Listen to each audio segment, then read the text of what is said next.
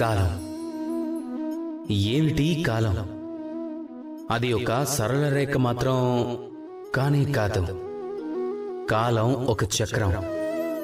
ఎక్కడ ఆరంభమైందో అక్కడే అంతం అవుతుంది. ఎక్కడ అంతం అవుతుందో అక్కడి నుంచే కొత్త ఆరంభం అవుతుంది. ఈ కాలం అనేది విచిత్రమైన ఆలోచన లేకో భావన మాత్రమే కాదు, ఒక విచిత్ర పదార్థం కూడా. అది ఎవరికి అర్థం కానే కాదు. ఈ కాలం కనికట్టుకి ఏ నిరూపణ లేదు, ఏ రుజువు లేదు, ఏ కొలత లేదు. అయితే మనం తెలుసుకోవాల్సింది ఒక్కటే, ఎక్కడైతే ఒకటి అంతం అవుతుందో అక్కడి నుండే మరొకటి కొత్తగా ఆరంభం అవుతుంది. ఈరోజు మీ దగ్గర ఉన్నది రేపు మరొకరి దగ్గరికి వెళ్తుంది. ఆ తర్వాత వారి నుంచి కూడా మరొకరి దగ్గరికి వెళ్తుంది. ఆ తర్వాత తన నుండి కూడా లాగేసుకోవడం జరుగుతుంది. అయితే ప్రస్తుత సమయం ఈ విధంగా ఒకరి తర్వాత ఒకరు పరస్పరం పంచుకోబడుతున్నదైనా మీ మంచి కాలమే.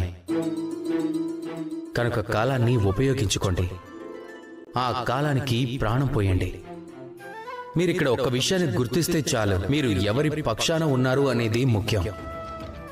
నిజం చెప్పాలంటే తమరి ఈ జీవిత పరమార్థం దానిపైనే ఆధారపడి ఉంటుంది. తమరు దేన్ని ఎంచుకుంటున్నారు అన్నది, తమరు ఎవరి పక్షం వహిస్తున్నారు అనేది.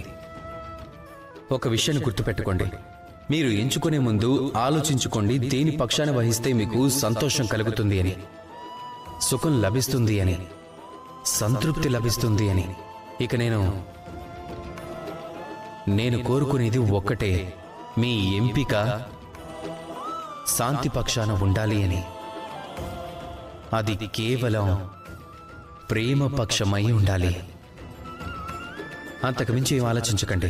రండి నాతో కలిసి ప్రేమగా పలకండి, రాధాకృష్ణ.